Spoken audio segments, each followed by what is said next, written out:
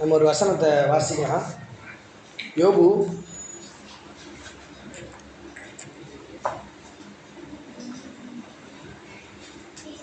5வது அதிகாரம். யோபுக்கு எழுதின புஸ்தகம் 5வது அதிகாரம் 9வது வசனம். ஆராய்ந்து முடியாத பெரிய காரியங்களையும் எண்ணி முடியாத அதிசயங்களையும் அவர் செய்கிறார். யாருக்கெல்லாம் எனக்கு அதிசயம் நடக்கணும், பெரிய காரியம் எனக்கு நடக்கணும்னு எத்தனை பேர் விரும்புறீங்க? யாரெல்லாம் அதிசயத்தை எதிர்பார்த்து வந்திருக்கிறீங்க? எதிர்பார்க்குறீங்களா? இன்னைக்கு நீங்கள் போகும்போது கண்டிப்பாக வந்தவங்க வந்த மாதிரியே திரும்பி போக போகிறது கிடையாது. கண்டிப்பாக எல்லாருமே ஒரு அதிசயத்தை, ஒரு அற்புதத்தை பெற்றுக்கொண்டுட்டு தான் நீங்கள் போக போகிறீங்க. ஏன்னா கடவுள் என்ன சொல்கிறாரு அப்படின்னா, நீங்கள் என்ன எதிர்பார்க்குறீங்களோ, நீங்கள் எதிர்பார்த்திருக்கிற முடிவை உங்களுக்கு கொடுக்கும்படியாக உங்கள் பேரிலே நான் நினைத்திருக்கிற நினைவுகளை நான் அறிந்திருக்கிறேன் என்று சொல்லுகிறார். நீங்கள் என்ன எதிர்பார்த்து வந்திருக்கிறீங்களோ, என்ன நீங்கள் நினச்சி வந்திருக்கிறீங்களோ, எனக்கு எந்த காரியம் கை கொடுக்கணும்னு நீங்கள் நினச்சி வந்திருக்கிறீங்களோ, அது இன்னைக்கு நீங்கள் பெற்றுக்கொண்டுட்டு தான் நீங்கள் சபையை விட்டு போக போகிறீங்க. எத்தனை பேர் விரும்புகிறீங்க? நான் பெற்றுக்கொள்ளணும்னு விரும்புகிறீங்க? சுகத்தை பெற்றுக்கொள்ளணும்னு விரும்புகிறீங்களா? ஆரோக்கியத்தை பெற்றுக்கொள்ளணும்னு விரும்புகிறீங்களா? குடும்ப பிரச்சனைகள்லேருந்து விடுதலை ஆகணும்னு விரும்புகிறீங்களா? இதுக்கெல்லாம் என்ன பேசிக் அப்படின்னு கவனிச்சிங்க அப்படின்னா, இதில் நீங்கள் வெளியில் வரணும், இதெல்லாம் நடக்கணும், எனக்கு ஒரு அதிசயம் வேணும், எனக்கு அற்புதம் நடக்கணும் அப்படின்னா என்ன பேசிக் அப்படின்னு கவனிச்சிங்க அப்படின்னா, உங்களுடைய மனது சரியாக இருக்கணும். எப்படி இருக்கணும்? மனசு சரியாக இருக்கணும். மனம் கரெக்டாக கடவுள்கிட்ட ஒத்து போகிறதா இருக்கணும். அப்படி இருந்தால் தான் நீங்கள் அந்த காரியத்தை பெற்றுக்கொள்ள முடியும், அந்த காரியத்தை நீங்கள் சுதந்திரிக்க முடியும். அதிசயம் செய்கிறது கடவுளுக்கு ஒரு பெரிய மேட்டரே கிடையாது. கடவுளுக்கு அதிசயம் பண்ணுறது ஒரு பெரிய விஷயமே கிடையாது. மோசே போகிறான், கோலை நீட்டுறான், என்ன நடக்குது? செங்கடல் ரெண்டா விளக்குது. மோசே என்ன பண்ணாரு? என்ன சிஸ்டர், இதை பற்றியே தெரியாத மாதிரி பார்க்குறீங்களே, புதுசாக நான் தான் சொல்கிற மாதிரி பார்க்குறீங்களே? போன டைம் வரும்போது தான் சொல்லிட்டு போனேன். மோசே என்ன பண்ணுறாரு? கோலை அப்படி நீட்டுறாரு, செங்கடல் ரெண்டா பழக்குது. பாட்டு பாடி துதிக்கிறாங்க, எரிக்கோ கோட்டை இடிஞ்சு விழுகுது. வனாந்தரத்தில் போகிறாங்க, அப்பமும் காடையாலையும் அவங்கள போஷிக்கிறாரு. இந்த மாதிரி நீங்கள் கவனிச்சிங்கன்னா வேதத்தில் அநேக காரியங்கள், கண்ணு தெரியாதவனுக்கு கண்ணு தெரியுது, சப்பானி எழுந்து நடக்கிறான், மரித்தவன் எழுந்துக்கிறான், லாசரு 4 நாள் செத்து போயிட்டான், அவனை உயிரோட எழுப்புறாரு. இந்த மாதிரி எல்லா காரியங்களும் என்ன அப்படின்னா, அதிசயம் பண்ணுறது, அற்புதம் பண்ணுறது, உங்கள் வாழ்க்கையில் உங்களுக்கு சுகத்தை கொடுக்கறது கடவுளுக்கு ஒரு பெரிய விஷயமே கிடையாது. அவர் நினைச்சாருன்னா இப்பயே உங்களுக்கு அற்புதத்தை சுகத்தை கொடுத்துட்டு போயிடலாம். ஆனால் அதுக்கு என்ன வரணும் அப்படின்னா, நம்ம கடவுள் கூட ஒரு இணையணும், ஒன்றணும். ஏன்னா அவரே மனுஷனை பார்த்து கேட்குறாரு, நீ சுகமாக வேண்டும் என்று விரும்புகிறாயா அப்படின்னு கேட்குறாரு. விரும்புகிறாயான்னு கேட்குறாரு அப்படின்னா அவன் ஆமாம் நான் சுகமாகணும்னு விரும்புகிறேன் அப்படின்னு சொன்னதுனால தான் அவன் சுகத்தையும் பெற்றுக்கொள்கிறான். இல்லை, என்னெல்லாம் நீங்கள் சுகமாக்க முடியாது, என்னெல்லாம் நான் 38 வருஷமா நான் அந்த பிரச்சனையில் இருக்கிறேன், என்னை எப்படி நீங்கள் சுகமாக்க முடியும்னு சொல்லிட்டு அவிசுவாசப்பட்டு போயிருந்திருந்தான்னா அவன் அந்த சுகத்தை பெற்றுக்கொண்டு இருக்க முடியாது. நான் என்ன சொல்ல வரேன் அப்படின்னா, நீங்கள் சுகத்தை பெற்றுக்கொள்ளணும், நீங்கள் அதிசயத்தை, அற்புதத்தை பெற்றுக்கொள்ளணும் அப்படின்னா நீங்கள் கடவுள் கூட இணையணும், ஒன்றணும், நம்பணும், விசுவாசிக்கணும். அப்போ தான் உங்களுக்கு அற்புதமும் அதிசயமும் நடக்கும். பிரியமானவர்களே, இன்னும் கவனிச்சிங்க அப்படின்னா, யாத்திராகமம் திருப்பலாம். யாத்திராகமம் 12வது அதிகாரம் 23வது வசனம். யாத்திராகமம் 12வது அதிகாரம் 23வது வசனம். கர்த்தர் எகிப்தியரை அதம் பண்ணுகிறதற்கு கடந்து வருவார். நிலையின் மேற்சட்டத்திலும் வாசலின் நிலைக்கால்கள் இரண்டிலும் அந்த இரத்தத்தை காணும்போது கர்த்தர் சங்காரக்காரனை உங்கள் வீடுகளில் உங்களை அதம் பண்ணுகிறதற்கு வரவட்டாமல் வாசற்படியிலே விலக்கி கடந்து போவார். இந்த வசனத்தை தான் நான் லாஸ்ட்டாக உங்களுக்கு எடுத்து காமிச்சிட்டு போயிருந்தேன். என்ன அப்படின்னு கவனிச்சிங்க அப்படின்னா, கர்த்தர் எகிப்தியரை அதம் பண்ணுகிறதற்கு கடந்து வருவார். அப்புறம் நீங்க கீழே வாசிச்சீங்கன்னா, கர்த்தர் சங்காரக்காரனை உங்கள் வீடுகளில் உங்களை அதம் பண்ணுகிறதற்கு வரவட்டாமல். அப்படின்னா என்ன அர்த்தம் அப்படின்னு கவனிச்சீங்கன்னா, ஒரே ஆள் தான். நல்லா கவனிங்க. கடவுள் என்ன பண்ணுவாராம்? சங்காரக்காரனை உங்களுக்கு வர விட மாட்டாரு. உங்களுக்கு தீமை செய்கிறவனை உங்க பக்கத்துல வர விட மாட்டாரு. இன்னொன்னு என்ன பண்ணுவார் அப்படின்னா, அந்த தீமை செய்கிறவனை ஒன்றும் இல்லாம பண்ணுவாரு. புரியுதா சிஸ்டர் நான் சொல்றது? என்ன பண்ணாங்க அப்படின்னா, போன டைம் நான் ஸ்டோரிலாம் சொல்லிட்டேன். என்னன்னா, அவங்க வந்து ஒரு வயசு ஆட்டுக்குட்டியை தேர்ந்தெடுத்து அந்த ஆட்டுக்குட்டியை அடித்து அந்த ரத்தத்தை வந்து வீட்டோட நிலைக்காலில் பூசி வச்சுட்டு இருக்காங்க. பூசி வச்சனால என்ன நடக்குது அப்படின்னா, யாரோட நிலைக்காலெல்லாம் ரத்தம் பூசப்பட்டிருக்குதோ அவங்க வீட்டிலலாம் எந்த தீமையும் நடக்காது. யாரோட நிலக்காலெல்லாம் பூசப்படலையோ அவங்களோட வீடுகளில் இருக்கிற அந்த முதற் பேரான எல்லாத்தையும் அடித்து போடுவாருங்கிறது தான் அந்த அது நடக்குது. இது என்ன ஆகுது அப்படின்னா, இதை வந்து எதுக்காக வந்து இஸ்ரவேல் ஜனங்களை செய்ய சொன்னார் அப்படின்னு நான் உங்களுக்கு சொன்னேன் அப்படின்னா, இது அவங்க வந்து ஒரு நிலநாட்டமாக சொல்கிறாரு. சிலுவையில் நான் வந்து என்னோட சொந்த குமாரனே கொடுக்க போகிறேன், ரத்தம் சிந்தி அந்த ரத்தத்தினால நீங்கள் மீட்கப்பட போகிறீங்கன்றத உங்களுக்கு சொல்கிறேன்றதுக்காக ஒரு நிலநாட்டமாக அதை வந்து சொன்னார். நான் உங்களுக்கு அன்றைக்கி இதெல்லாம் எடுத்து சொல்லிட்டு போனேன். இன்றைக்கி நான் உங்களுக்கு என்ன காண்பிக்கணும்னு விரும்புகிறேன் அப்படின்னா, அதம் பண்ணுகிறதற்கு கர்த்தர் கடந்து வருகிறார். அதம் பண்ணுகிறதற்கு கர்த்தர் கடந்து வருகிறார் அப்படின்னா, யார் அதம் பண்ணுகிறதற்கு கடந்து வருகிறார் அப்படின்னா, நீங்கள் நினச்சிட்டு இருக்கிறீங்க ஒரு சில பேர் வந்து எங்களை கஷ்டப்படுத்திட்டு இருக்கிறாங்க, ஒரு சில காரியங்கள் வந்து என்னை துன்புறுத்திட்டு இருக்குது, ஒரு சில காரியங்கள் வந்து சூழ்நிலைக்கு மாறா இருக்குது, இதெல்லாம் எப்படி மாறும், இதெல்லாம் எப்படி நடக்கும் அப்படின்னு நீங்கள் யோசிச்சுட்டு இருக்கிறீங்க. அந்த எல்லா காரியங்களும் எந்த சூழ்நிலையாக இருந்தாலும், எந்த ஒரு பிரச்சனையாக இருந்தாலும், அந்த பிரச்சனையிலிருந்து அந்த பிரச்சனையை அதம் பண்ணி உங்களை மீட்டெடுக்கும்படியாக கடவுள் கடந்து வருகிறார். இன்னொன்று, அந்த பிரச்சனை உங்களை அதம் பண்ண வருது அப்படின்னா, உங்களை வந்து ஒன்றும் இல்லாமல் பண்ண வருது, உங்களை கஷ்டப்படுத்த வருது, உங்களை இருக்கிற நிலையிலேருந்து கீழே இழுத்து போட வருது அப்படின்னா, அந்த பிரச்சனையை உங்களை விட்டு தூக்கி எடுத்து அதை ஒன்றும் இல்லாமல் பண்ணுறதுக்கு, அதை அதம் பண்ணுகிறதுக்காகத்தான் கடவுள் கடந்து வருகிறார். இஸ்ரவேல் ஜனங்களுக்கு நல்லா கவனிங்க. இஸ்ரவேல் ஜனங்களுக்கு இந்த காரியத்தை வந்து மோசே சொல்லும்போது அவங்க எங்கே இருக்கிறாங்க? இஸ்ரவேல் ஜனங்களுக்கு கடவுள் வந்து உங்களுக்கு எதிரி அதம் பண்றதுக்கு கடந்து வருகிறார் அப்படின்னு மோசே சொல்லும்போது இஸ்ரவேல் ஜனங்கள் எங்க இருக்கிறாங்க? எங்க இருக்கிறாங்க சிஸ்டர்? எகிப்துல இருக்கிறாங்க. எங்க இருக்கிறாங்க? எகிப்துல இருக்கிறாங்க. அவங்களுக்கு இந்த வசனத்தை சொல்லும்போது நல்லா கவனிங்க. அவங்களுக்கு இந்த வசனத்தை சொல்லும்போது இது எதுக்காக சொல்லப்பட்டுச்சு? ஏன் வந்து இப்படி சொல்றாரு கடவுள்? அதம் பண்றதற்கு கடந்து வருவேன்னு சொல்றாரு, அதம் பண்ண வருகிறவர்களை வந்து நான் அதம் பண்ணுவேன்னு சொல்றாரு அப்படின்னு எதுக்கு சொல்லப்பட்டுச்சுன்னு இஸ்ரவேல் ஜனங்களுக்கு யாருக்குமே தெரியாது. எதுக்காக சொல்லப்பட்டுச்சுன்னு இஸ்ரவேல் ஜனங்களுக்கு யாருக்குமே தெரியாது. ஏன் மோசேக்கு கூட தெரியாது. எதுக்காக கடவுள் இப்படி சொல்றாரு என்ன ஏதுன்னு அவருக்கு புரியல, தெரியாது. இன்னும் நான் சொல்லணும் அப்படின்னா, உங்களுக்கே இன்னும் தெரியாது எதுக்காக கடவுள் வந்து அவங்களை அதம் பண்றேன்னு சொல்லி மேற்சட்டத்துல ரத்தத்தை பூச சொல்லி சொல்றாரு, எதுவும் அதம் பண்றதுக்கு கடந்து வருவேன்னு சொல்லி சொல்றாரு, அதம் பண்ண விட மாட்டேன், அதம் பண்ண வரவர்களையும் நான் அதம் பண்ணுவேன்னு சொல்றாருன்றது எதுக்காக சொல்லப்பட்டுச்சு, ஏன் அப்படின்றது யாருக்குமே தெரியல. என்ன நடக்க போகுதுன்றதே தெரியல. ஆனா ஏன் நான் அப்படி சொல்றேன் அப்படின்னா, எகிப்தியர் வந்து எல்லாரும் கடவுள் சொன்னதை கேட்டு ஆராதிக்க போறதுக்காக கிளம்பி வந்துட்டு இருக்கிறாங்க. நல்லா கவனிங்க. கிளம்பி வந்துட்டு இருக்கிறாங்க.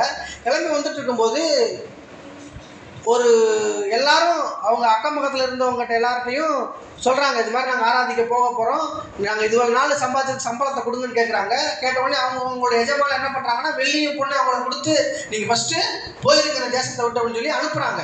அனுப்பும்போது இவங்க கடந்து வந்துடுறாங்க. கடந்து வந்து தேசத்தை விட்டு வெளியில் வந்துடுறாங்க. வெளியில் வந்து நடந்து போயின்னு இருக்கிறாங்க. போயின்னு இருக்கும்போது எகிப்தினுடைய ராஜாவுக்கு போய் அறிவிக்கப்படுது, இது மாதிரி இஸ்ரவேல் ஜனங்கள்லாம் வேலை செய்யாமல் அவங்க கிளம்பி போயிட்டாங்க அப்படின்னு சொல்கிறாங்க. சொன்ன உடனே இந்த இஸ்ரவேல் ராஜா எகிப்திய ராஜாவுடைய மனது கடினப்பட்டு நம்ம போய் திரும்பி அவங்கள கூட்டிகிட்டு வரலாம் அப்படின்னு சொல்லிட்டு இவன் துரத்திட்டு போயிடலாம். பின்னாடியே துரத்திட்டு போகிறான். எகிப்திய ஜனங்களும் போயிட்டு இருக்கிறாங்க, இவங்களும் துரத்திட்டு வந்துட்டு இருக்கிறாங்க. துரத்திட்டு வந்துட்டு இருக்கும்போது என்ன நடக்குது அப்படின்னா, எகிப்திய ஜனங்கள் பின்னாடி திரும்பி பார்க்கும்போது, இஸ்ரவேல் ஜனங்கள் பின்னாடி திரும்பி பார்க்கும்போது எகிப்தினுடைய ராஜா எல்லா சேனைகளோடையும் நம்மளை துரத்திட்டு வர்றாரு அப்படின்னு சொல்லிட்டு பயப்படுறாங்க. என்ன பண்ணுறாங்க? பயப்படுறாங்க. வாசிக்கலாம். 14வது அதிகாரம், யாத்திராகமம் 14வது அதிகாரம் 5வது வசனம். யாத்ராகமம் 14வது அதிகாரம் 5வது வசனம். ஜனங்கள் ஓடி போய்விட்டார்கள்.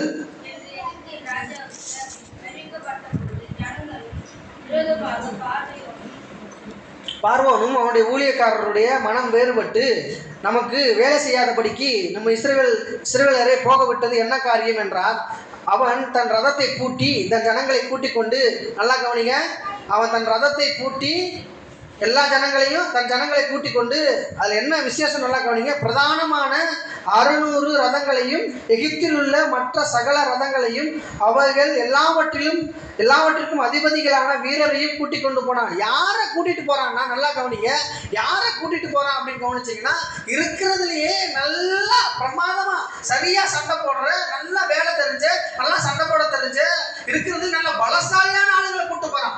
யாரை கூட்டு போறான்? இருக்கிறதுலயே நல்ல பலசாலியான ஆளுகளை கூட்டு போறான். இருக்கிறதுலயே நம்பர் 1 நல்லா யுத்தம் பண்றவங்களை தான் கூட்டு போறான். எதுக்கு கூட்டு போறான் அப்படின்னா, எகிப்திய ஜனங்களை இஸ்ரவேல் ஜனங்களை திரும்பி கூட்டு வர்றதுக்கு.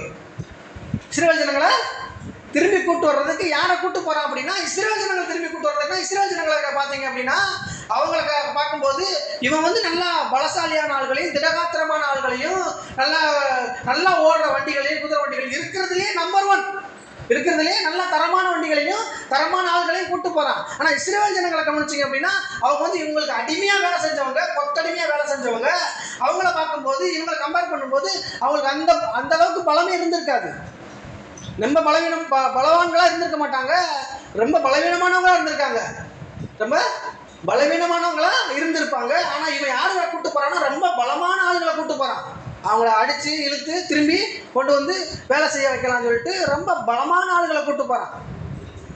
நம்ம என்ன யோசிக்கிறோம் அப்படின்னா, நம்ம ரொம்ப பலவீனமாக இருக்கிறோம், ரொம்ப இல்லாமல் இருக்கிறோம், ரொம்ப கஷ்டத்தில் இருக்கிறோம், ரொம்ப தரித்திரத்தில் இருக்கிறோம். ஆனால் நம்மளுடைய பிரச்சனையை பார்த்தோம்னா, நம்மளுடைய கஷ்டத்தை பார்த்தோம்னா, நம்மளுடைய கவலைகளை பார்த்தோம்னா, நம்ம தரித்திரத்தில் பார்த்தோம்னா, நம்மளை கம்பேர் பண்ணும்போது அது ரொம்ப பல மடங்கு பெருசாக இருக்குது. நானும் ஒரு 10,000 சம்பாதிக்கிறேன், ஆனால் என்னுடைய கடனை பார்த்தா 2 லட்சம் 3 லட்சம் 10 லட்சம் இருக்குது. நான் எப்படி அதை அடைக்க போகிறேன் அப்படின்னு யோசிக்கிறோம். நீங்கள் யோசிக்கிறீங்க, என்னோட உடல் இவ்வளோ ரொம்ப பலவீனமாக இருக்குது, எனக்கு கால் கைகளாம் வலிக்குது, இதெல்லாம் உடம்பு ரொம்ப அடிக்கடி சோர்ந்து போயிடுது, நான் எப்படி போய் அந்த பலமான வேலையை, அந்த கஷ்டமான வேலையை நான் எப்படி செய்ய போறேன் அப்படின்னு யோசிக்கிறீங்க. நீங்க யோசிக்கிறீங்க, எங்க வீட்டுக்காரர் இவ்வளவு கஷ்டம் இது பண்றாரு, இப்படி குடும்பத்துல இவ்வளவு பெரிய பிரச்சனைகள் இருக்குது, ஆனா இந்த பிரச்சனைகள்லாம் சமாளிக்கிற அளவுக்கு எனக்கு தெம்பு இல்லையே, என் மனசுல ஒரு தைரியம் இல்லையே அப்படி நீங்க யோசிக்கிறீங்க. உங்க பிரச்சனைகளை கம்பேர் பண்ணும்போது நீங்களும் உங்களோட சேர்ந்து உங்க பிரச்சனைகளை கம்பேர் பண்ணா பிரச்சனைகள் பலவீனமானதாகத்தான் உங்கள் கண்களுக்கு தெரியும் பிரியமானவர்களே. அதே மாதிரிதான் தெரிஞ்சது இஸ்ரவேல் ஜனங்களுக்கும். அவங்க ஏறெடுத்து கீழே வாட்சி பாருங்க இருக்கும், அவங்க ஏறெடுத்து திரும்பி பார்க்கும்போது நிறைய ரதங்கள் 600 ரதங்கள் வருது. ரொம்ப பலமான யுத்த வீரர்கள் எல்லாம் கூட்டு வரான் இஸ்ரவேல் ஜனங்களை திரும்பி கூட்டிட்டு போறதுக்காக. இன்னும் கீழே வாசிச்சிங்க அப்படின்னா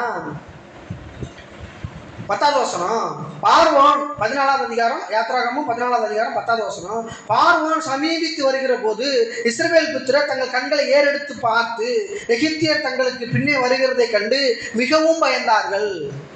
என்ன பண்ணாங்க? இஸ்ரவேல் ஜனங்கள் எகிப்தியர் வர்றதை பார்த்துட்டு, ஏன்னா அவங்க ரொம்ப பலமா இருக்கிறாங்க, நிறைய யுத்த வீரர்கள்லாம் வர்றாங்க, ரொம்ப பலமான ஆண்கள் வர்றாங்க, பலமான ஆண்களை கூப்பிட்டு வர்றான், இவங்களெல்லாம் அடிச்சு திரும்பி இழுத்துட்டு போய் வேலை செய்ய வைக்கிறதுக்காக வர்றான். இவங்க திரும்பி பார்க்கும்போது, இவங்க ஏறெடுத்து திரும்பி பார்க்கும்போது என்ன நடக்குதுன்னா பயப்படுறாங்க. என்ன பண்றாங்க? பயப்படுறாங்க. நீங்க நல்லா கவனிங்க சிஸ்டர், நல்லா கவனிங்க பிரதர். என்ன உங்களுக்கு எதிராக பயன்படுத்துகிற மிகப்பெரிய ஒரு ஆயுதம் அப்படின்னா, நீங்க உங்க பிரச்சனைகளை பார்க்கும்போது, உங்களுடைய உடல்ல இருக்கிற பலவீனங்களை பார்க்கும்போது முதலா பிசாசு பயன்படுத்துற தந்திரமான ஒரு காரியம் என்ன அப்படின்னா பயம். உங்களை பயப்பட வைப்பான். ஃபர்ஸ்ட் ஒரு பிரச்சனையை பார்த்து உங்களை பயப்பட வைப்பான். இந்த பிரச்சனையை என்னால் மேற்கொள்ள முடியாதுன்ற எண்ணத்தை இருதயத்துல கொண்டு வருவான். இருதயத்தை கொண்டு வரும்போது என்ன நடக்கும் அப்படின்னா, உங்களுடைய மன அமைப்பு, உங்க மனம் என்ன ஆகுது அப்படின்னா சோர்ந்து போயிடும், உங்களுடைய மனம் வேறுபட்டுரும். ஆமா, உண்மையிலே என்னால முடியாது அப்படின்ட்டு நீங்களும் பிரச்சனைகளை பார்த்து, வீட்டில் இருக்கிற காரியங்களை பார்த்து, குடும்ப பிரச்சனைகளை பார்த்து, உடல்ல இருக்கிற பலவீனங்களை பார்த்து, உடல்ல இருக்கிற சோர்வை பார்த்து என்ன பண்றீங்க அப்படின்னா முதலா நீங்களும் பயப்படுவீர்கள். இஸ்ரவேல் ஜனங்கள் எப்படி ஏறெடுத்து திரும்பி பார்த்து அந்த மகாபரிய சேனையை பார்த்து, பலமான அந்த எகிப்திய சேனையை பார்த்து இவர்கள் மனதுக்குள்ளாக பயந்தான்னா என்ன விஷயம் அப்படின்னா மனசுல ஒரு மாற்றம் உண்டாகுது. அதுவரையும் தைரியமா நல்லா கவனிங்க சிஸ்டர். அங்க அந்த ரத்தத்தை பூசினாங்க இல்லையா, பூசும் போது அங்கிருந்து கிளம்பிட்டாங்க. கிளம்பும் போது இவங்களுக்கு இருந்த தைரியம் எவ்வளவு தைரியம் இருந்துச்சு தெரியுங்களா? இல்ல கிளம்பும் போது என்ன பண்றாங்க அப்படின்னா அக்கம் பக்கத்தில் இருக்கிற அவங்களோட வேலை செஞ்ச முதலாளிகிட்டலாம் போய் கேட்டு வாங்குறாங்க, இந்த சம்பளத்தை கொடுங்க அப்படின்னு கேட்டு வாங்குறாங்க. கேட்டு வாங்கும் போது அவங்க வெள்ளியும் பொண்ணையும் கொடுத்து அனுப்புறாங்க. நீங்க 13வது வாசித்து பாருங்களேன், வெள்ளியும் பொண்ணையும் கொடுத்து அனுப்புறாங்க. என்ன அப்படின்னா அவங்க எஜமானர்கள் எல்லாம் எதிர்த்து பேசுற அளவுக்கு தைரியம் இவங்களுக்கு இருந்துச்சு. எப்படி இருந்துச்சு? மோசே வாங்க போலான்னு இவங்களை கூப்பிடும் போது எஜமான்களை எதிர்த்து பேசுற தைரியம். எப்படி தைரியம் இருந்துச்சு அப்படின்னா கடவுள் அதிசயத்தை நடத்துனது அவங்க கண்ணால பார்த்துருந்தாங்க. சங்கார தூதன் எல்லா ஜனங்களுடைய தலைத்தன் பிள்ளைகள்லாம் சங்கரித்து போடுறதை இவங்க பார்த்துருந்தாங்க. 10 வாதைகள் வந்ததெல்லாம் இவங்க கண்ணால பார்த்து பார்த்து பார்த்து பார்த்து இவங்களுடைய மனசு என்ன இருந்துச்சு அப்படின்னா ஒரு மிகப்பெரிய தைரியம் இருந்தது. தைரியமானலாம் இருந்தாங்க. தைரியமா இருந்ததுனாலதான் அங்க இருந்து இவங்களுடைய எஜமான்கிட்ட எல்லாத்தையும் அந்த வெள்ளியும் பொருளையும் கேட்டு வாங்குறாங்க. கேட்டு வாங்கி மூட்டை மூட்டையா கட்டி சுமந்துட்டு வந்துட்டு இருக்காங்க. அது அவங்க தோல்ல தான் இருக்குது. ஆனா இப்ப என்ன நடக்குது அப்படின்னா அதே எகிப்திய ஜனங்கள் தான், நல்லா கவனிங்க, அதே எகிப்திய ஜனங்கள் தான் இவங்களை துரத்திட்டு வர்றாங்க. யார்கிட்ட இவங்க கேட்டு வாங்கினாங்களோ தைரியமா, யார்கிட்ட சண்டை போட்டு வாங்கிட்டு வந்தாங்களோ தைரியமா, அதே எகிப்தியர் தான் இப்பயும் துரத்திட்டு வர்றாங்க. ஆனா என்ன நடக்குதுன்னா இவங்களுடைய மனதில் ஒரு மிகப்பெரிய ஒரு மாற்றம் உண்டாகுது. என்ன மாற்றம் உண்டாகுதுன்னா அங்க இருந்த அதே தைரியம் இங்க இந்த பிரச்சனையை மேற்கொள்வதற்கு இல்லை.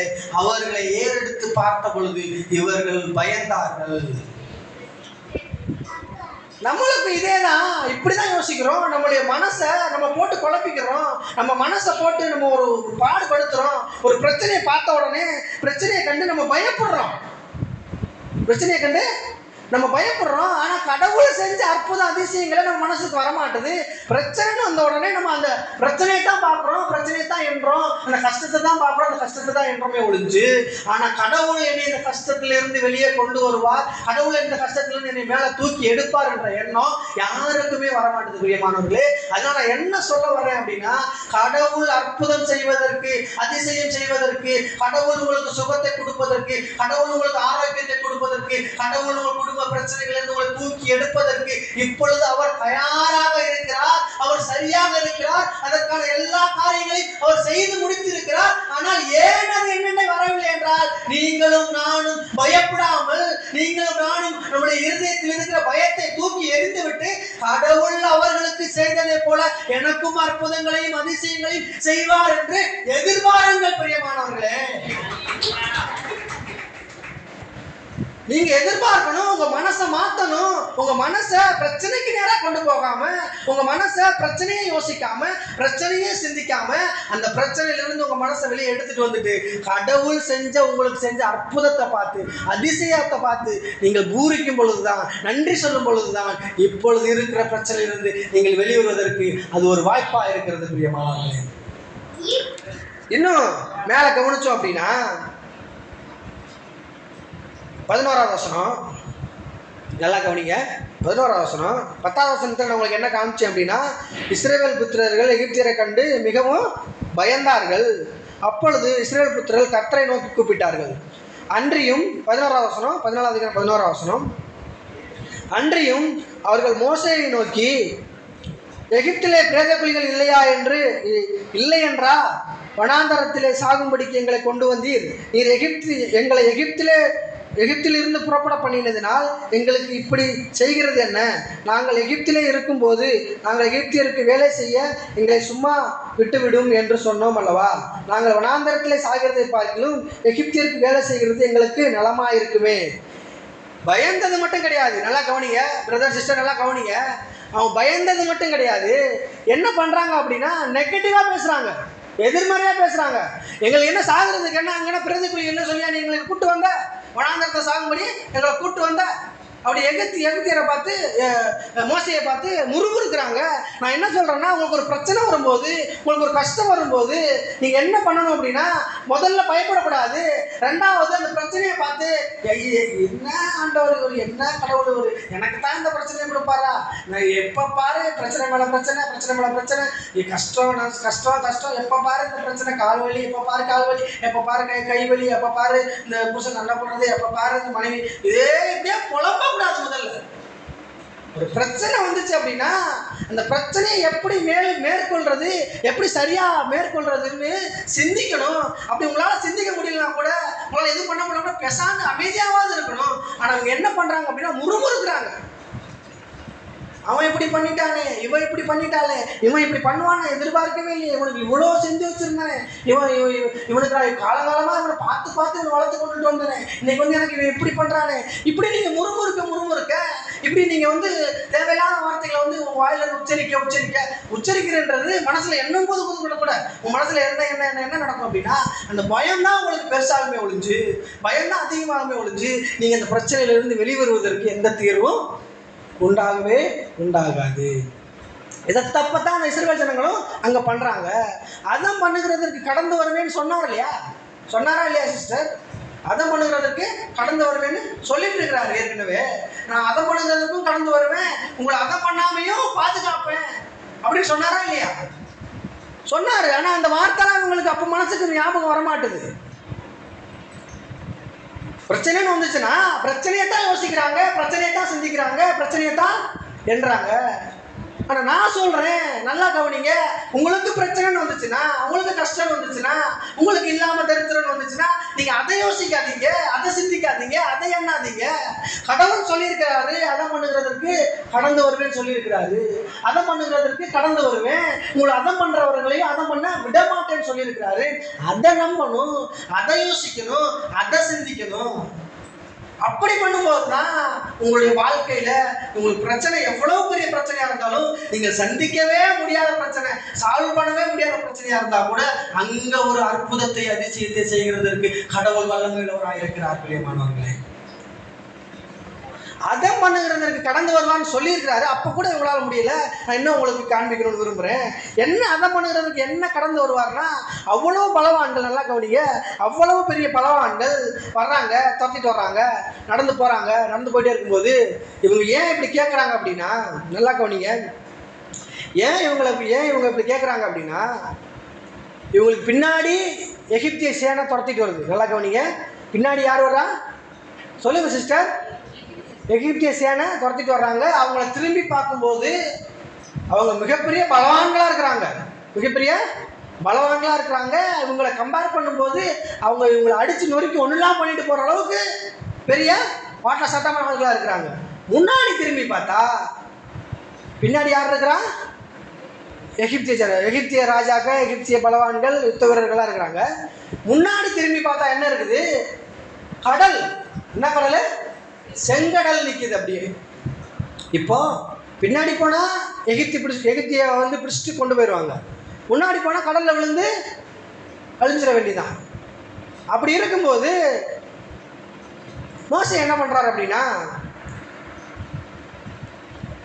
13ஆம் வசனம், அப்பொழுது மோசே ஜனங்களை நோக்கி, நல்லா கவனிங்க சிஸ்டர், நான் உங்களுக்கு வந்து 10ஆம் வசனத்தில் என்ன காமிச்சேன் அப்படின்னா, எகிப்தியர் பின்னே வருகிறதை கண்டு மிகவும் பயந்தார்கள். இது நல்லா கவனிங்க. அப்பொழுது மோசே ஜனங்களை நோக்கி என்ன சொல்றாரு? பயப்படாதிருங்கள். எல்லாம் சொல்லுங்க, பயப்படாதிருங்கள். மோசே சொல்றாரு. நான் கேட்கிறேன் சிஸ்டர், எகிப்திய ஜனங்களும் இஸ்ரவேல் ஜனங்கள் எல்லாருமே அவங்க எகிப்தியர் கூட இருந்து வாழ்ந்து வந்தவங்க தான். மோசையும் அங்கேருந்து தான் இவங்க கூட தான் வர்றாரு. நல்லா கவனிங்க, மோசையும் அங்கே இருந்தது இவங்க கூட தான் வர்றாரு. இவங்க எல்லாரும் பயப்படுறாங்க, 10 லட்சம் பேர் பயப்படுறாங்க. ஆனால் அந்த மோசே ஒரு ஆள் மட்டும் அந்த 10 லட்சம் பேரையும் பார்த்து என்ன சொல்கிறாரு? பயப்படாதிருங்கள். என்ன சொல்கிறாரு? பயப்படாதிருங்கள். அப்படின்னா அந்த 10 லட்சம் பேரோட மைண்ட் செட் எப்படி இருந்திருக்கு, 10 லட்சம் பேரோட மன அமைப்பு எப்படி இருந்திருக்கு அப்படின்னா, இந்த எகிப்தியரை தான் பெருசாக பார்க்குறாங்க, எகிப்தியரை தான் பெருசாக பார்க்குறாங்க. ஏன்னா அவங்க அடிமைத்தனமாகி இவங்களுடைய மனசு பிரச்சனையை தான் பெருசாக பார்க்குது, பிரச்சனையை தான் பெருசாக எண்ணுது, பிரச்சனையை தான் பெரிய காரியமாக சிந்திக்குது. ஆனா மோசே வித்தியாசமா யோசிக்கிறாரு, வித்தியாசமா பண்றாரு. என்ன வித்தியாசமா யோசிக்கிறாரு, வித்தியாசமா பண்றாரு அப்படின்னா, பயப்படாதீர்கள் எல்லா ஜனங்களுக்கும் சொல்றாரு. நான் சொல்றேன், நல்லா கவனிங்க. உங்க வாழ்க்கையில இருக்கிறதான பிரச்சனையை பார்த்து உங்க மனசு பயந்து கொண்டு இருந்துச்சுன்னா, உங்க மனசு வந்து அந்த பிரச்சனையை பார்த்து கலங்கி இருந்துச்சு அப்படின்னா, ஒரு திகில் அடைஞ்சு போயிருந்துச்சு அப்படின்னா, உங்க மனசை பார்த்து நீங்களே சொல்லுங்க, பயப்படாதே மனமே, பயப்படாதே அப்படின்னு உங்க மனசுக்கு நீங்களே சொல்லுங்க. மோசேயை போல உங்க மனசை மாத்தி யோசிக்க நீங்க வந்து எத்தனை பண்ணுங்க, யோசிங்க, மாத்தி யோசிங்க. பிரச்சனையை யோசிக்காதீங்க, அந்த பிரச்சனையில் இருக்கிற காரியங்களை யோசிக்காதீங்க. பிரச்சனையை பார்த்து நம்ம விழுந்து போற மாதிரி நீங்க சிந்திக்காதீங்க.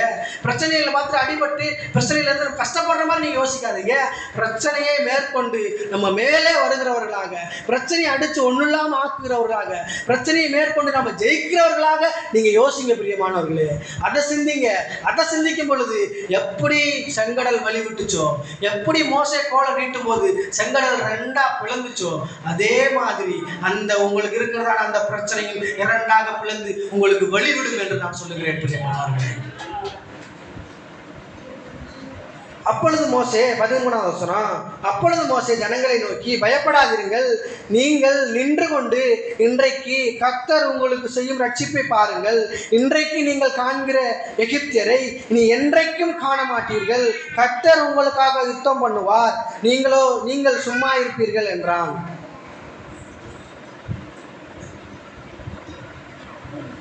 என்ன நடக்குது அப்படின்னா, இன்னைக்கு நல்லா கவனிச்சுக்கங்க சிஸ்டர், இன்னைக்கு நீங்க பார்க்குற இந்த பிரச்சனையை, இன்னைக்கு நீங்க சந்திக்கிற இந்த உடல் பலவீனத்தை, இந்த நிமிஷத்துல நல்லா கவனிங்க. இந்த நிமிஷத்துல நீங்க சந்திக்கிற பிரச்சனையை, உங்க மனசுல இருக்கிற பிரச்சனைகளை, உங்க குடும்பத்துல இருக்கிற பிரச்சனைகளை, உங்க உடல்ல இருக்கிற பிரச்சனைகளை இந்த நிமிஷத்துல கடவுள் வந்து இல்லாமல் போக பண்ணுகிறதுக்கு ரெடியாக இருக்கிறார். இப்ப சரியாகிறதுக்கு ரெடியா இருக்குது. நீங்க ஏற்றுக்கொண்டா, நீங்க நினைச்சீங்கன்னா கடவுள் இப்ப உங்க உடம்புல இருக்கிற பிரச்சனைய, உங்க குடும்பத்துல இருக்கிற பிரச்சனைய இந்த நிமிஷமே உங்களுடைய வாழ்க்கையில இருந்து தூக்கி போட்டு விட்டு, இனிமேல் அதை என்றைக்குமே காணாதபடிக்கு, இனிமேல் இப்பொழுது இருக்கிற பிரச்சனைய இந்த நிமிஷத்துல இருந்து இனிமேல் என்றைக்குமே காணாதபடிக்கு உங்களுக்கு அதை சரி பண்ண வேண்டும் என்று கர்த்தர் விரும்புகிறார். நீங்கள் தயாராக இருக்கிறீர்களா? இப்ப விரும்புறாரு கடவுள், இப்ப சரி பண்ணணும்னு விரும்புறாரு. இப்போ உடம்புல இருக்க பிரச்சனை சரி பண்ண விரும்புறாரு. இப்போ உங்க வாழ்க்கையில இருக்க பிரச்சனை சரி பண்ண விரும்புறாரு. இந்த நிமிஷமே அதை ஒன்றுமில்லாமல் போக பண்ணுவதற்கு கடவுள் ரெடியாக இருக்கிறார் பிரியமானவர்களே. அவர் சொல்றாரு, நீங்க சும்மா இருங்க, நீங்க யுத்தம் பண்ண வேணாம், நீங்க நின்று கொண்டு இன்றைக்கு கடவுள் செய்த ரட்சிப்பை பாருங்க. இன்னைக்கு பார்க்கிற எகிப்தியரை நீங்க இனி என்னைக்குமே பார்க்க மாட்டீங்க அப்படின்னு சொல்லுகிறார் பிரியமானவர்களே.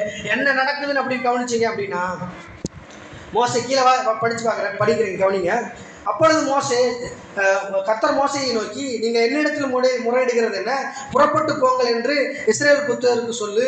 நீ உன் கோலை ஓங்கி உன் கையை சமுத்திரத்தின் மேல் நீட்டி சமுத்திரத்தை பிளந்து விடு. அப்பொழுது இஸ்ரவேல் புத்திரர் சமுத்திரத்தின் நடுவாக வெட்டாந்தரையிலே நடந்து போவார்கள். எகிப்தியர் உங்கள் பின்னே தொடர்ந்து வரும்படி நான் அவர்கள் இருதயத்தை கடினப்படுத்தி பார்வோனாலும் அவர்கள் ரதங்கள் குதிரை வீரர்கள் முதலாகிய அவனுடைய எல்லா இராணுவத்தாலும் மகிமைப்படுவேன். என்ன நடக்குது அப்படின்னா, உன் ஜனங்களை வந்து நடந்து போக சொல்லு, உன் கோலை நீட்டு அப்படின்னு சொல்லி சொல்றாரு. மோசே என்ன பண்றான் அப்படின்னா, இப்போ அதம் பண்ணுகிறதற்கு கடந்து வருவேன்னு சொல்லி சொன்னார் இல்லையா கடவுள், அதம் பண்ணுகிறதற்கு கடந்து வருவேன்னு சொல்லி சொன்னார் இல்லையா. செங்கடல் வந்து பிரவாகித்து நிற்கிது அவங்க முன்னாடி. நல்லா கவனிங்க, செங்கடல் வந்து அவங்க முன்னாடி பிரவாகித்து நிற்கிது. இவங்க அதை பார்த்து தான் பயப்படுறாங்க, இஸ்ரவேலர்கள் அதை பார்த்து தான் பயப்படுறாங்க. மோசையை பார்த்து சொல்றாரு, உங்க போல நீட்டு அப்படின்னு சொல்லி சொல்றாரு. அந்த பிரவாகித்து கொண்டிருந்த அந்த செங்கடல் என்ன பண்ணுது அப்படின்னா, ரெண்டா பிளந்து வழிவிடுது. அப்படின்னா, இப்போ குளத்துக்குலாம் போனீங்கன்னு வச்சுக்கோங்களேன், தண்ணி இருக்குன்னு வச்சுக்கோங்க. தண்ணி இல்லாமல் போச்சுன்னா என்ன இருக்கும்? அங்கே சேரு சகதியெல்லாம் இருக்கும். நடந்து போகிற மாதிரி இருக்குமா பிரதர்? இருக்காது. நடந்து போகிற மாதிரி இருக்காது. ஆனால் கடவுள் சொல்கிறாரு, நான் செங்கடலை ரெண்டா பழக்கிறேன், இவங்க வெட்டாந்தரையில் நடந்து போவாங்கன்றாரு. என்ன பண்ணுறாரு அப்படின்னா, கடலுக்கு நடுவில் உங்களுக்கு பைபாஸ் ரோடு போட்டு கொடுக்குறேன்னு சொல்கிறாரு. கடலுக்கு நடுவில் நான் உங்களுக்கு பைபாஸ் ரோடு போட்டு கொடுக்குறேன்னு சொல்கிறாரு. நல்லா கவனிங்க, நான் சொல்கிறேன், நீங்கள் பிரச்சனையை பார்க்குறீங்க, பிரச்சனையை சிந்திக்கிறீங்க, இந்த பிரச்சனை எப்படி என்னை விட்டு போகும்னு நீங்கள் யோசிக்கிறீங்க. ஆனால் கடவுள் என்ன சொல்கிறாரு அப்படின்னா, நீங்கள் இதில் ஒரு சின்ன வழி உண்டாகுமான்னு யோசிக்கிறீங்க, சின்ன ஒரு கோடாவது பிளவாவது உண்டாகுமா அப்படின்னு யோசிக்கிறீங்க இந்த பிரச்சனையில். ஆனால் கடவுள் சொல்கிறாரு, அந்த பிரச்சனைக்கு நடுவில் உங்களுக்கு மிகப்பெரிய ஒரு பைபாஸ் ரோட போட்டு கொடுத்து உங்கள் அந்த பிரச்சனைக்கு நடுவாக நான் கடந்து போக பண்ண போகிறேன் அப்படின்னு சொல்கிறாரு. பிரியமானவர்களே, உங்களுக்கு இருக்கிற எதிரிகளை, உங்களுக்கு இருக்கிற பிரச்சனைகளை அந்த கடலை வச்சு என்ன நடக்குது அப்படின்னா, பைபாஸ் ரோடு போட்டு அது நடந்து போகிறாங்க. இவங்க எகிப்திய ஜனங்கள் நடந்து போறாங்க. நடந்து போகும்போது கூட என்ன பண்றாங்க அப்படின்னா, திரும்பி தான் பார்க்குறாங்க. நடந்து போகும்போது கூட திரும்பி பார்க்குறாங்க, எகிப்தியர் வராங்களா வரலையா அப்படின்னு திரும்பி தான் பார்க்குறாங்க. ஆனால் இவர் அதம் பண்ணுகிறதுக்கு கடந்து வருவார்னா, செங்கடலை அதம் பண்ணி ரெண்டா நிப்பாட்டுறாரு. செங்கடல் என்ன பண்ணுது அப்படின்னா, ரெண்டு பக்கம் மதில் சோறு மாதிரி நிற்கிது. தண்ணி எங்கேயாவது மதில் சோறு மாதிரி நின்று பார்த்துருக்கீங்களா? பார்த்துருக்கவே மாட்டீங்க, இது வரைக்கும் யாருமே பார்த்துருக்க மாட்டீங்க. ஆனால் கடவுள் நினைச்சாரு அப்படின்னா தண்ணியே மதில் சோறான்னு பாட்டுவார் உங்களுக்காக. நீங்கள் நினைக்கிற பிரச்சனை, உங்கள் பிரச்சனைகளை மதில் சோறு மாதிரி நிப்பாட்டி உங்கள் பிரச்சனையை படிக்கட்டாக மாற்றி அந்த பிரச்சனையை மிதித்து ஏறி போகிற அளவுக்கு உங்களுக்கு பலனையும் ஞானத்தையும் அறிவையும் புத்தியும் தருகிற கடவுள். பிரியமானவர்களே, இவர் நீங்க பிரச்சனைன்னு யோசிக்கிறீங்க இல்லையா, கஷ்டம்னு யோசிக்கிறீங்க இல்லையா, இல்லாம தரித்திரம்னு யோசிக்கிறீங்க இல்லையா, அதையே உங்களுக்கு மதில் சுவராக மாற்றி, அதையே உங்களுக்கு படிக்கட்டாக மாற்றி அதுல மிதிச்சு ஏறி போய் நீங்கள் இன்னும் அதிக பலத்தை பெற்றுக்கொள்கிற பிள்ளைகளாக, இன்னும் அதிக சம்பாத்தியத்தை சம்பாதிக்கிற பிள்ளைகளாக, இன்னும் அதிக ஞானத்தை பெற்றுக்கொள்கிற பிள்ளைகளாக அந்த பிரச்சனையே உங்களுக்கு ஒரு வழியாக மாற்றுகிற கடவுள் தான் இந்த கடவுள். பிரியமானவர்களே, என்ன நடக்குதுன்னு கவனிச்சிங்கன்னா, அன்னைக்கு சொன்ன அந்த வார்த்தை அவங்களுக்கு தெரியலை, அவங்களுக்கு ஞானம் உண்டாகலை, புத்தி உண்டாகலை. அதம் பண்ணுகிறதுக்கு கடந்து வருவேன்னு சொன்ன அந்த கடவுள் என்ன பண்ணுறாரு அப்படின்னா, செங்கடலை ரெண்டா பிளந்து இவங்களை நடந்து போக பண்ணுறாரு. இவங்க நடந்து போகிறாங்க. நடந்து போகும்போது என்ன நடக்குது அப்படின்னா, ஃபுல்லாக நடந்து போயிட்டே இருக்கிறாங்க. செங்கடல் உள்ளே போயிட்டே இருக்கிறாங்க. ரெண்டு பக்கமும் தண்ணி நின்றுருக்குது. இப்போது இஸ்ரேல் ஜனங்கள் எல்லாம் கடந்து போயிட்டாங்க. இப்போ எகிப்தியர் என்ன பண்ணுறாங்கன்னா, இவங்களை எப்படியாவது பிடிச்சிடணும்னு சொல்லிட்டு, நல்லா கவனிங்க, இவங்களை எப்படியாவது பிடிச்சிடணும், எப்படியாவது இவங்களை வந்து திரும்பி இட்டுட்டு வந்துடணும்னு சொல்லிட்டு இவங்களும் பின்னாடியே போகிறாங்க. எகிப்தியரும் பின்னாடியே போகிறாங்க. ஆனால் பின்னாடி போகும்போது என்ன நடக்குது அப்படின்னா, ஒரு மேகம் ஒன்று இஸ்ரேல் ஜனங்களுக்கும் எகிப்தியருக்கும் நடுவில் ஒரு மேகம் ஒன்று இருக்குது. அந்த மேகம் என்ன நடக்குது, அந்த மேகம் என்ன பண்ணுது அப்படின்னா, ஒரு பக்கம் அந்த மேகத்தை கவனிச்சிங்க அப்படின்னா வெளிச்சமாக இருக்குது. எந்த பக்கம் அப்படின்னா, இஸ்ரேல் ஜனங்கள் இருக்கிறாங்க இல்லையா, அந்த பக்கம் அந்த மேகம் வெளிச்சமாக இருக்குது. இந்த எகிப்திய ஜனங்கள் இருக்கிறாங்க இல்லையா, அந்த பக்கம் அது ஒரு மிகப்பெரிய ஒரு காரிருளை உண்டாக்குது. வாசிக்கிறேன், கவனிங்க. நான் ஏதோ கதை சொல்கிற மாதிரி நினைக்கிறீங்க. 20வது வசனம், அது எகிப்தியரின் சேனையையும் இஸ்ரவேலின் சேனையையும் முழுவதும் ஒன்றோடு ஒன்று சேராதபடிக்கு அவர்கள் நடுவிலே வந்தது. எகிப்தியருக்கு அது மேகமும் அந்தகாரமுமா இருந்தது, இஸ்ரவேலருக்கோ அது இரவை வெளிச்சமாக்கிற்று. என்ன நடந்துச்சு? இஸ்ரவேலருக்கு அது என்னவாச்சு? என்னவா இருந்துச்சு? வெளிச்சமாக இருந்துச்சு. எகிப்தியருக்கு அது என்னவா இருந்துச்சு? அந்தகாரமாக இருந்துச்சு, இருளாக இருந்துச்சு. ஆனால் கூட எகிப்தியர் என்ன பண்ணுறாங்க அப்படின்னா, ஒரு இருட்டு இருக்குது, நல்லா கவனிங்க, ஒரு இருட்டு இருக்குது, ஒரு பிரச்சனை இருக்குது, இருட்டு இருக்குதுன்னா நீங்கள் உள்ளே போவீங்களா? இருட்டுக்குள்ளே போவீங்களா சிஸ்டர்? போக மாட்டீங்களா? நான் பயந்துங்கன்னு. ஆனால் இவனுடைய மனதை கவனிங்க, எகிப்தியனுடைய மனசை கவனிங்க. எப்படியாச்சும் நான் வந்து இஸ்ரவேல் ஜனங்களை கொண்டு திரும்பி கூட்டிகிட்டு வந்துடணும். அவன் மனசு அவ்வளோ கடினப்படுது, அவன் மனசு அவ்வளோ கடினப்படுது. எப்படியாவது போய் இருட்டாக இருக்கட்டும் என்னவா இருக்கட்டும் நான் போவேன். இப்போ இஸ்ரவேல் எகிப்தியன் நினச்சிருந்தான்னா ஒரு இருட்டை பார்த்து, ஐயோ இவ்வளோ இருட்டாக இருக்குது, நம்ம போக வேணாம், நம்ம வெயிட் பண்ணலாம், அப்படி வெயிட் பண்ணியிருக்கலாமா இல்லையா? நான் உங்களுக்கு என்ன சொல்ல வரேன் அப்படின்னா, இவங்க மன அமைப்பை கவனிங்க, மன அமைப்பை கவனிங்க. ஒரு இருட்டு, ஒரு அந்தகாரம், அது கண்ணே தெரியல, அவ்வளோ பெரிய இருட்டு, இருட்டுக்குள்ள யாருன்னா போவோமா?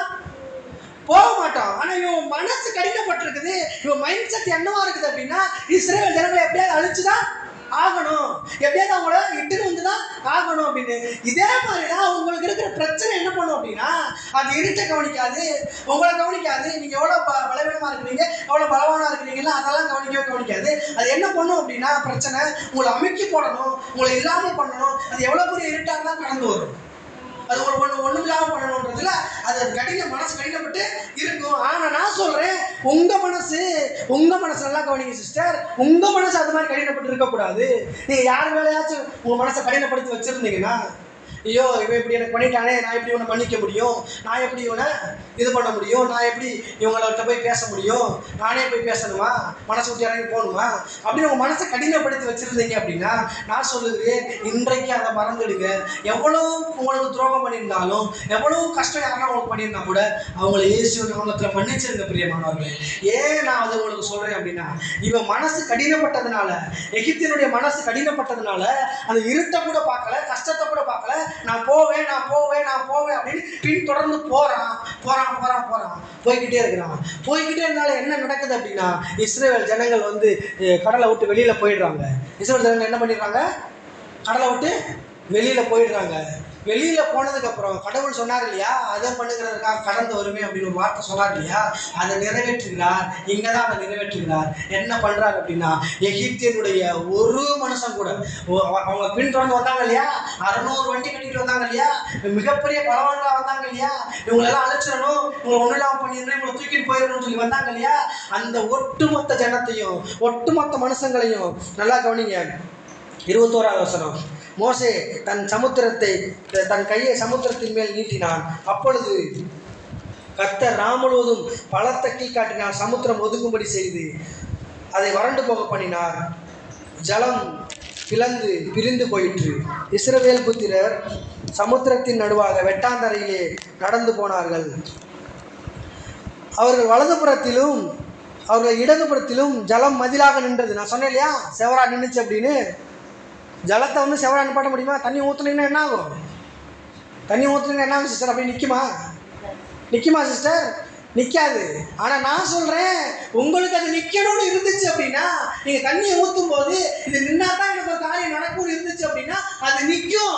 உங்களுக்காக கடவுள் கடந்து வருவார். உங்களுக்காக அற்புதம் செய்யறதுக்காக கடவுள் கடந்து வருவார். பிரியமானவர்களே, நீங்கள் பிரச்சனையில் இருக்கிறீங்களா, கஷ்டத்தில் இருக்கிறீங்கன்னா, அது எவ்வளவு இயற்கைக்கும் அப்பாற்பட்ட காரியமாக இருந்தாலும் கூட கடவுள் உங்களுக்காக உங்கள் பக்கமாக நின்று உங்களை தூக்கி எடுக்கும்படியாக இயற்கைக்கும் அப்பாற்பட்ட காரியங்களை செய்கிறதற்கு அவர் வல்லமையுள்ளவராக இருக்கிறார். பிரியமானவர்களே,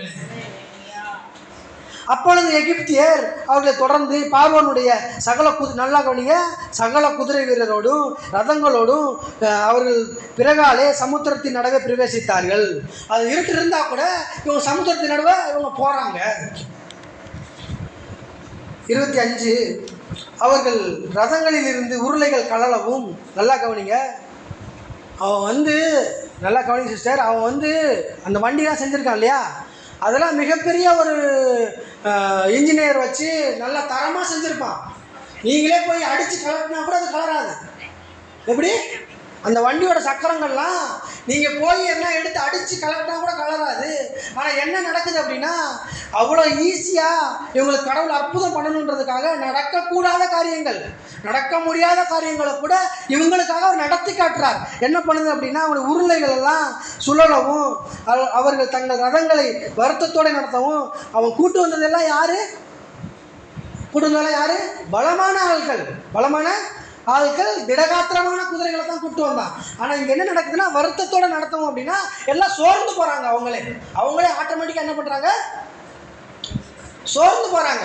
என்ன நடக்குது அப்படின்னா, நான் சொல்கிறேன், உங்களுக்கு பிரச்சனையை உண்டு பண்ணுகிறவங்க, உங்களுக்கு கஷ்டத்தை கொடுக்குறவங்க, உங்களுக்கு கொண்டு வர்ற பிசாசெல்லாம் நீங்கள் இருக்கிறத பார்த்து, நீங்கள் பண்ணுறதை பார்த்து, உங்களுடைய மனதை பார்த்துட்டு அவங்களே சோர்ந்து போயிடுவாங்க. கல்லெடுத்து எரிஞ்சு நீங்கள் அந்த கல்லை பிடிச்சி போட்டு அதை படிக்கட்டாக்கி நடந்து போகிறத பார்க்கும்போது, அந்த கல்லை எடுத்து எரியறவெல்லாம் என்ன பண்ணுவான் அப்படின்னா சோர்ந்து போயிடுவான். இனி என்னடா இவனை போயிட்டு பண்ணுறது, இதுக்கு மேலே இவனை நம்ம என்ன பண்ண போகிறோம் அப்படின்னு யோசிச்சிருவான். ஆனால் நீங்கள் அவன் கல்லை எடுத்து எரிய, அதாவது என்ன சொல்ல வரேன் அப்படின்னா, அவங்கள வந்து பிரச்சனையை கொடுக்க நீங்கள் அந்த பிரச்சனையை பார்த்து பயந்து நீங்கள் திரும்பி அவனுக்கு அந்த கல்லை திரும்பி எரிஞ்சிங்க அப்படின்னா உங்களுக்கு படிக்கட்டு கட்டுறதுக்கு கல்லே இல்லாமல் போயிடும். ஒருத்தவங்களுக்கு பிரச்சனை பண்ணுறான், உங்களுக்கு கஷ்டம் கொடுக்குறான் அப்படின்னா நீங்கள் அமைதியாக சகிச்சுக்கின்னு கடவுளுக்கு நன்றி சொல்லிட்டு போயிட்டே இருந்தீங்க அப்படின்னா, நான் சொல்கிறேன், அவன் எரியிற கல்லெல்லாம் உங்களுக்கு படிக்கெல்லாம் மாறும்படியாக கடவுள் செய்வார். ஆனால் நீங்களும் திரும்பி அதை எரிஞ்சிட்டே இருந்தீங்க அப்படின்னா உங்களுக்கு படிக்கட்டு கட்டுறதுக்கு கல்லே இல்லாமல் போயிடும். புரியுதா சிஸ்டர் நான் சொல்கிறது? அதே மாதிரி தான் இவனுங்க என்ன பண்ணுறாங்க அப்படின்னா, பலவான்களை தான் கூப்பிட்டு வர்றான், நல்ல திரகாத்திரமான ஆட்களை தான் கூப்பிட்டு வர்றான், நல்ல குதிரை வீரர்களை, நல்ல யானைப்படைகளை தான் கூப்பிட்டு வந்தான். ஆனாலும் இவங்கள் கலைத்து போகிற அளவுக்கு கடவுள் பண்ணுறாரு. நான் சொல்லுகிறேன், உங்கள் எதிரிகள் எல்லாரையும், உங்கள் பிரச்சனைகள் எல்லாத்தையும் கடவுள் கலைத்து போகிற அளவுக்கு பண்ணுவார். வருத்தத்தோடு நடக்க பண்ணுவார். கண்டிப்பாக உங்கள் பிரச்சனைகளை கடவுள் அதம் பண்ணுவார். பிரியமானவர்களே, அன்னைக்கு ரத்தத்தை பூசும்போது சொன்னார், நான் அதம் பண்ணுறதற்கு கடந்து வர்றேன் அப்படின்னு சொல்லி சொன்னார். அந்த அதம் பண்ணுறதுக்கு கடந்து வருவேன்னு சொல்லி சொன்னதை இன்னைக்கு இவங்களுக்கு நினைவு கூற தெரியலை. நான் உங்களுக்கு சொல்கிறேன், அன்னைக்கு அதம் பண்ணுறதுக்கு கடந்து வர்றேன் சொன்னார் இல்லையா, அந்த வார்த்தை தான் இந்த செங்கடலில் நிறைவேறுகிறது. ஒரு எகிப்தியனை கூட தப்ப விடவில்லை, ஒரு எகிப்தியன் கூட தப்பலை. அதம் பண்ணார். எகிப்தியனை அதம் பண்ணினார், இஸ்ரவேலரை காப்பாற்றினார். நான் சொல்லுகிறேன், உங்கள் பிரச்சனைகளை, எல்லா பிரச்சனைகளையும் கடவுள் அதம் பண்ணுகிறார். உங்களை அந்த பிரச்சனையில இருந்து காப்பாற்றுகிறார். பிரியமானவர்களே, அதை பண்றது மட்டும் இல்ல, உங்களை காப்பாற்றுறதுக்கும் அதே கடவுள் தான் வருகிறார். பிரியமானவர்களே, என்ன நடந்துச்சு அப்படின்னா, அவர்கள் 25வது வசனம், ரதங்களை வருத்தத்தோடு நடத்தவும் பண்ணினார். அப்பொழுது எகிப்தியர் இஸ்ரவேலை விட்டு ஓடி போவோம், கர்த்தர் அவர்களுக்கு துணை நின்று எகிப்தியருக்கு விரோதமாக யுத்தம் பண்ணுகிறார் என்றார்கள். எகிப்தியருக்கு எப்போ வெளிச்சம் வருதுன்னா, நல்லா கவனிங்க. முன்னாடியே இருள் இருந்துச்சா இல்லையா, இருளா நின்றுச்சா இல்லையா, அப்பயே அவங்க மைண்டில் வெளிச்சம் வந்திருக்கலாம். ஐயோ, இதுக்குள்ளே போனோம்னா நம்ம மாட்டிக்கிடுவோம், பிரச்சனை வந்துடும்னு யோசிச்சிருக்கலாம்.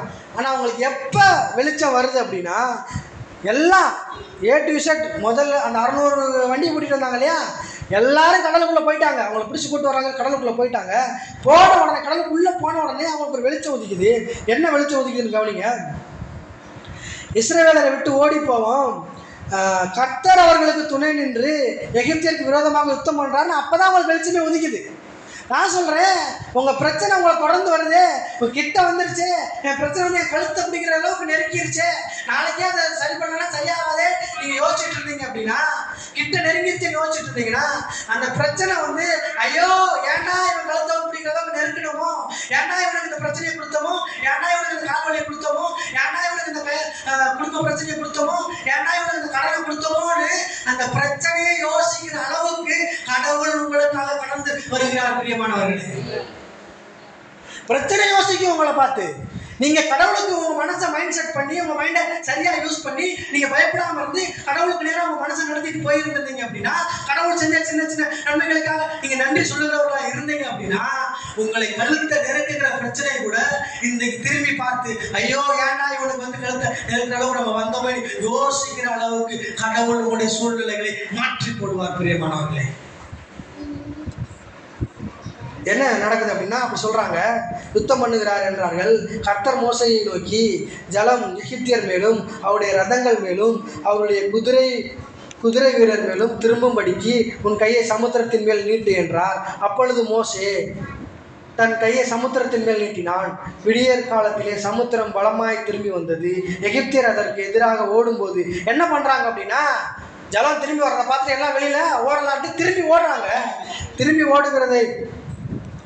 ஓடும்போது கர்த்தர் அவர்கள் கடலின் மீது நடுவே கவிழ்த்து போட்டார். ஜலம் திரும்பி வந்து ரதங்களையும் குதிரை வீரரையும் அவர்களுக்கு பின்னாக சமுத்திரத்தில் பிரவேசித்த பார்வோனுடைய இராணுவம் அனைத்தையும் மூடிக்கொண்டது. அவர்களில் ஒருவனாகிலும் என்னாச்சு, ஒருத்த கூட தப்ப மாட்டான். பிரியமானவர்களே, ஒரு பிரச்சனை கூட தப்பாது. உங்க வாழ்க்கையில் இருக்கிறதான ஒரு ப்ராப்ளம் கூட தப்பாது.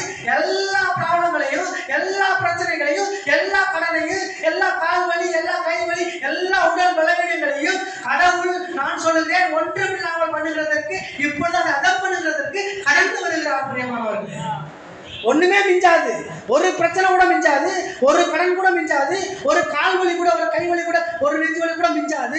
நான் சொல்லுகிறேன், சுகமாய் மாறுவீர்கள், பலமாய் மாறுவீர்கள், ஆரோக்கியத்தை சுதந்திரித்துக் கொள்வீர்கள். உங்களுடைய குடும்ப பிரச்சனைகள்லாம் ஒண்ணு இல்லாம போறத உங்க கண்ணால நீங்க காண்பீங்க. பிரியமானவர்களே, அது மட்டும் இல்ல, இஸ்ரவேல் ஜனங்கள் என்ன நினைப்பாங்க அப்படின்னா, அவ்வளவு பலமான ஆள்களை பார்த்தாங்க இல்லையா, திரும்பி பார்த்து பயந்தாங்க இல்லையா, திரும்பி பார்க்கும்போது ஐயோ இவ்வளோ பலமான ஆட்களை எங்களை தத்திட்டு வர்றாங்களே, எங்களை ஒன்றும் இல்லாமல் பண்ணிடுவாங்களேன்னு யோசிச்சாங்க இல்லையா, அவங்க கண்ணு காணும்படியா எகிப்தியருடைய பிரேதங்கள் அங்கே மிதந்து கிடக்கிறத அவங்க பார்க்குறாங்க. கவனிங்க, கீழே வாசிக்கிறேன், கவனிங்க.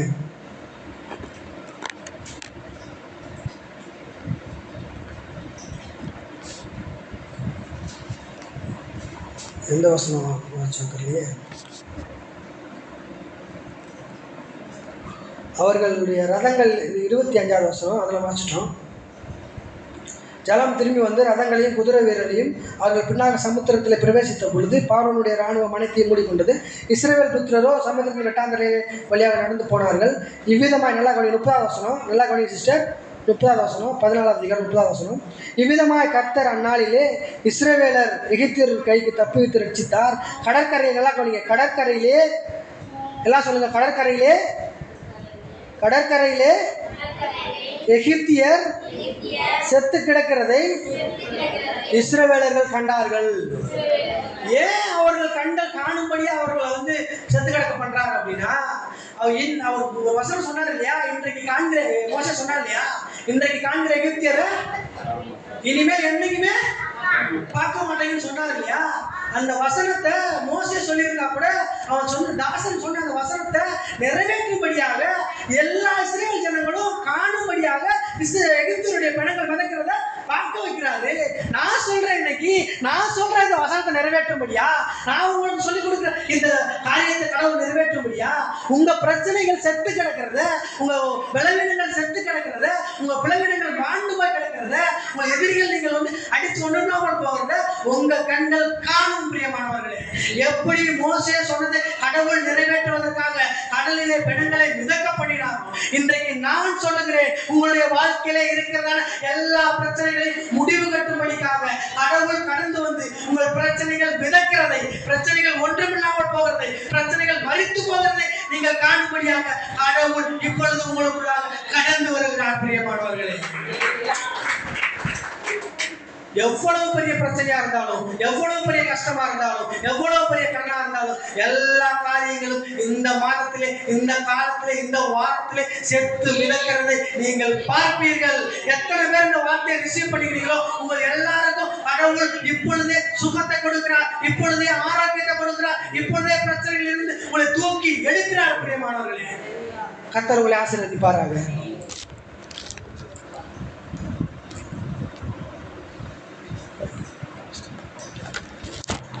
நாம் அனைவரும் சொல்லி எழுதியிருப்போம். இந்த கால வேலையிலும் தேவனுடைய வார்த்தை கர்த்தர் அற்புதமாக நம்மளுக்கு வெளிப்படுத்தும். நாம் கடந்து போகிற பாதைகள்ல, வாழ்க்கையில முன்னேற முடியாது இருக்கிற நிலைகள்ல 1000 பிரச்சனைகள், 1000 போராட்டங்கள் இருந்தாலும் இந்த உலகத்துல ஜெயிக்கக்கூடிய ஒரு பெரிய சக்தி அது மனதுக்கு தான் தேவை.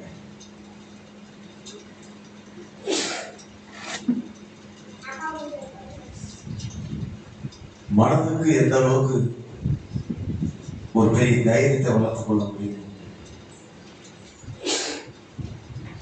அந்த அளவுக்கு மனதை ஆரோக்கியமான நிலைக்கு நேரம் கொண்டு சொல்லுகிறேன். தேவன் உங்களுக்கு இந்த உலகத்தில் செழிக்க விடாதபடி, வாழ விடாதபடி, வியாதிகள் மூலமாக, பொருளாதார நெருக்கடிகள் மூலமாக, குடும்பத்தில் இருக்கிற தாய் தகப்பன் பிள்ளைகள் உடல் பிறந்தவர் மூலமாக எத்தனை நெருக்கடிகள் இந்த பூமியில கடந்து வந்தால் அத்தனை பிரச்சனைகள் எங்கிருந்து புறப்பட்டு வருகிறதோ அத்தனை பிரச்சனையும் தேவன் அதன் பண்ண வல்லவராக இருக்கிறார். தேவன் நமக்கு என்று வாக்குத்தத்தம் பண்ணப்பட்டு பாலும் தேவன் நலத்தும் விசாலமான அந்த காணலுக்குள்ளாக தேவன் வைத்திருக்கிற வெற்றி வாழ்க்கைக்கு நேராக தேவன் கொண்டு போக அவர் நல்லவராக இருக்கிறார். அல்லேலூயா, அல்லேலூயா, அல்லேலூயா, அல்லேலூயா. செய்து கொடுத்த அருமையான